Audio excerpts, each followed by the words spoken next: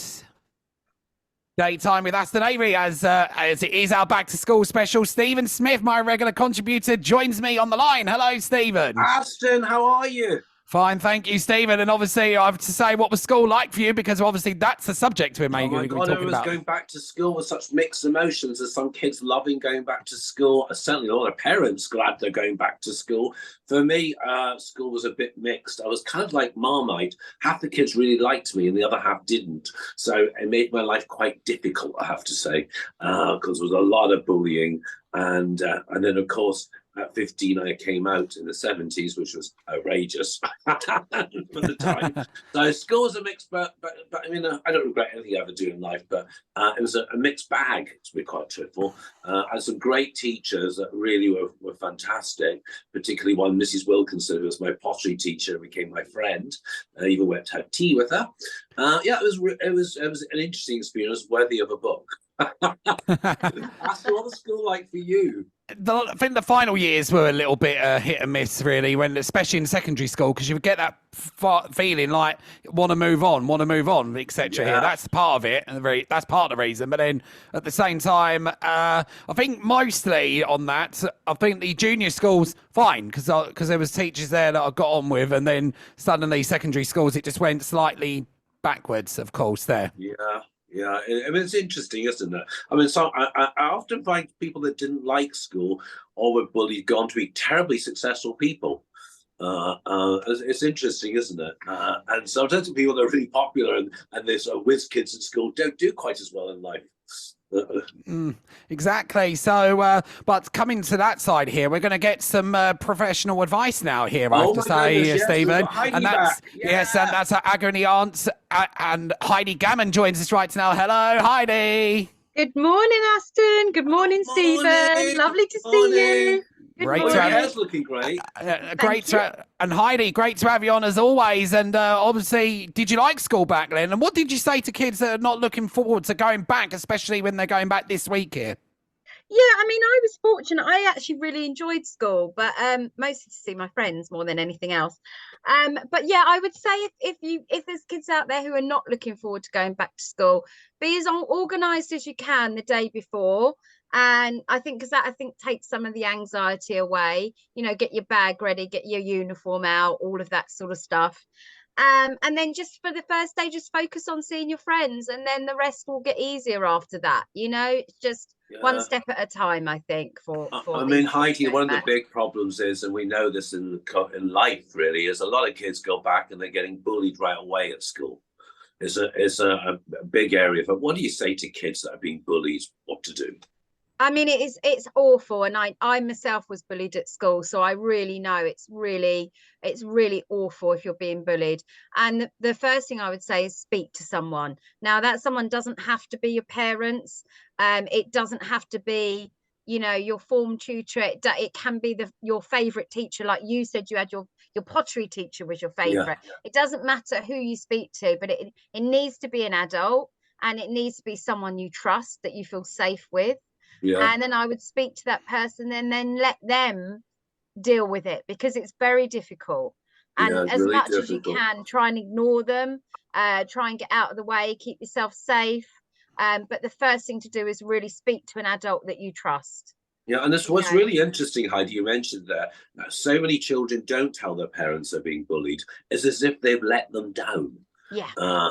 I mean, it's a really strange concept, isn't it? Why can't you tell your parents that things aren't good for you? Yeah, and I mean, I would always say speak to your parents before you speak to anybody else, because, you know, they're always on your side. They're always going to help you, you know, and that's what, as kids, I think we forget, that actually our parents are on our sides, you know. So if you can speak to a parent, a guardian, you know, someone that you trust, I think that is the most important thing. Well, listen, we've got as ever, we're so popular, we've got questions for you. So I'm thinking about doing a catchphrase like "I'm listening," like I'm listening to Heidi. So obviously, really listen, Heidi. Obviously, loves you on the show. I'm 15 years old, back to school, and have a crush on this lad. He's so handsome, and he's a year above her. We've snogged a few times and done a few other things. I don't know where those are, but but he doesn't even talk to me if he's with his mates or if I'm with anyone. When I go back to school, I really want to go out with them and be taken seriously. Should I hold back on the snogging? How can I get them to take me seriously? Oh, this is a tricky one, isn't it? Well, I think first of all, when you go back, see where the land lies with this lad. See if he's, being friendly, talking to in front of his mates, see how he is. But honestly, if he's ignoring you now when he's with his friends, I don't think it's going to get better. And it doesn't sound like he's really respecting you and being very kind. So I would hold back from everything, to be honest with you. A little bit back. It's awful when you get your first crush, isn't it, at school? But And she's it's been like used, Heidi. heartbreaking. She's It's just been heartbreaking, used, isn't isn't it? she? Yes, heartbreaking, isn't it? John, you're being used, darling. And there's a lot more fish out there, I think, anyway. Find someone who's not going to ignore you in front of his friends. I know, come on, yeah. Yeah. We've all been there when someone's just tried to use us.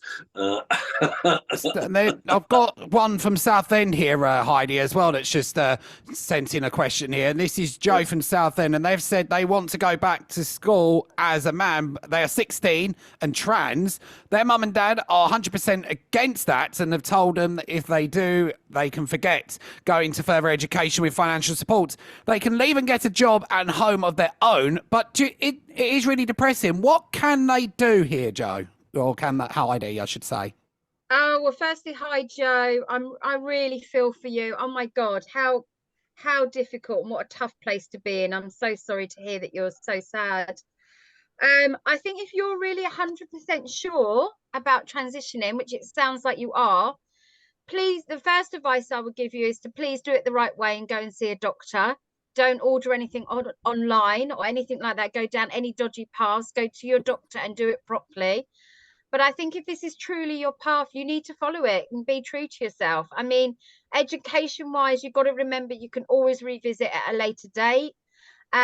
Try and have an honest, I mean, I would really try again with your parents. I know it's really difficult, but try and have another honest chat with your parents. I'm sure they love you and they're ultimately probably very worried about you. Get as much support as you can. There's a great organisation. It's called mermaids.org.uk. It's an organisation that can help you. It really specialises in helping teens and young adults with transitioning.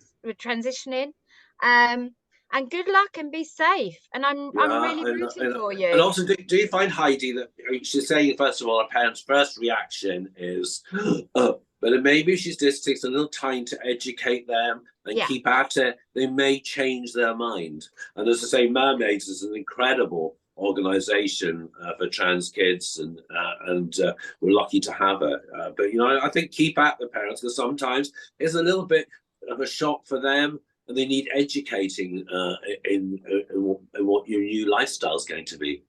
It's like, Stephen, you and me know, it's like coming out, isn't it? Yeah. It's like, you need to educate your parents a little bit with it. I mean, gosh, when I was younger and I was coming out, there was nothing. I mean, all I had was Cher's daughter's book, just a photo. And I remember giving that to my mum to try and educate my mum a little bit, because my mum didn't know anything and, was shocked. And, so yeah, I think it is all about education and time. Things like diversity role models are so important. And I think that going into schools and educating kids about being LGBTQ and parents about it is so important. Because when you keep educating, I keep telling people, it's not about agendas. It's about educating. Absolutely, 100%. So we have another one here. I'm dreading going back to school, not because of my classmates, but because my maths teacher's a complete bully and jokes that I'm ginger and I'm stupid. My mum says not to be so sensitive and listen to my teachers, so 70s, but I'm dreading the first class back. What can I do? Oh, poor thing. Again, another tough one. But I mean, please, the first thing I say is don't suffer in silence. The chat with your mum didn't go well, but I would go straight to your tutor, your class tutor. They can help you. If that doesn't work, go to a teacher that you trust. Go to one that's your favorite teacher that you have a good relationship with, and just say, this is happening to me. I'm being bullied by the teacher. I'm not happy. It's making me upset. Because ultimately, if you don't do anything about this, it's going to really affect your self-esteem. It's going to affect your education.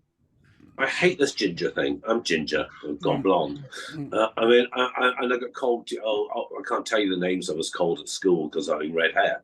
And to have a teacher do it is just appalling. I mean, it's illegal for starters. Yeah. And calling a kid stupid. I mean, what's that supposed to do for the self-esteem, Heidi? I mean, it's ridiculous. And I mean, I absolutely adore redheads. I think that their hair color is so beautiful, and I think it's just so unfair, this whole ginger thing. I think it's ridiculous. I think that's why I went blonde so quickly, because I just had a thing about it. I like being blonde. It's a gingery blonde anyway, done by a fabulous artist. But I think we've got a big question coming up here, I have to say, and that is, do we think school uniform is a good idea? Yes, is what I say to that. And I think all of us probably agree on that. And what about you, Heidi? Do you agree with that? Totally 100% agree with that. I think it's the best idea. It keeps everyone looking the same. It doesn't matter if you don't have the newest jeans, the newest top, it kind of balances everyone out. I totally think it really does. Right idea. Yeah, I mean, I think when I went to school, you had practically a three-piece suit on, a tie and everything. And some of the uniforms are really nice now. They're kind of a bit more relaxed. But I think it's great to keep kids in uniforms for going to school, because some of the fashions, I was on a train going down to Hampton the other week, and the 4 girls got on, and honest to God, I thought they looked like hookers. From the skirts, I could see the buttock cheeks hanging out, and the lashes put on were like out here somewhere. And I just thought, oh my God, I would worry about this, my daughters going out of an evening. So if they turned up at school dressed like that, could you imagine? It's shocking. It is shocking. Yeah, I just think we're I know people being individual, and you can still be an individual and wear a uniform, can't you? What was your uniform like, Aston? Oh, basic really. White shirt, black trousers, sometimes jumpers, sometimes whatever really. So that's all it was at the time anyway. So the basic. Did you have a tie? It wasn't compulsory, is what I say. It wasn't mandatory, it wasn't compulsory, it was optional. Well, optional. Oh, well, tie was optional. I thought we had to keep our tie out tight, and it's trouble if we did unless it was going to like another school, then ties were mandatory, of course. There. Okay. Yeah. What about you, Heidi? Did you have to wear a tie? No, I didn't actually, which was great. But we weren't. The awful thing was, when I was at school, we weren't allowed to wear trousers, and I would have loved to have worn trousers, but we had to wear a skirt every day. That's right.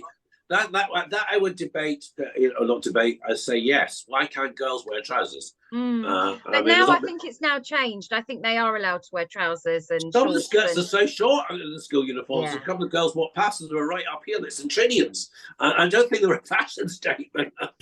Well, so popular film in its time, centennials as well. It has to be said. Oh my God, yeah. I mean, do you think boys should wear skirts? Be allowed to wear skirts to school? Kilts, of course, but mainly no. I'd say yes if they want to. It's down to them. It's down to them at the end of the day. Down to them. Yeah. It's always got to go both ways, hasn't it? That's fair. Yeah. And I think I see a lot of girls now wearing trousers, shorts to skirt to school, and I think great. I mean, I wish that I could have done that back in the day. Trousers are comfortable, and they're nice and comfortable, and I think it's a great idea that that girls definitely, and boys, if they want to wear skirts, go ahead. It's not going to affect anybody. Listen, Heidi, you've given us some great advice again, and we definitely want you on before Christmas with those Christmas tips for us, for those families. But how can people find you? I am Heidi, Heidi, at counselling _4u, all one word, .co.uk, or www.counselling _4u.co.uk. And that'll be available on our YouTube site afterwards. So if you want to find it. So, Heidi, I have to say, pleasure to have you on as always. Come back on, and especially as Stephen said, it has to be before the most wonderful time of year, of course, there. Absolutely. I'll be here with my tinsel on. I'll be ready. Don't worry. So thank you once again, Heidi, for joining us today. See you Thank you, soon. Love you Heidi. both. Thank you. Bye. Bye. Bye.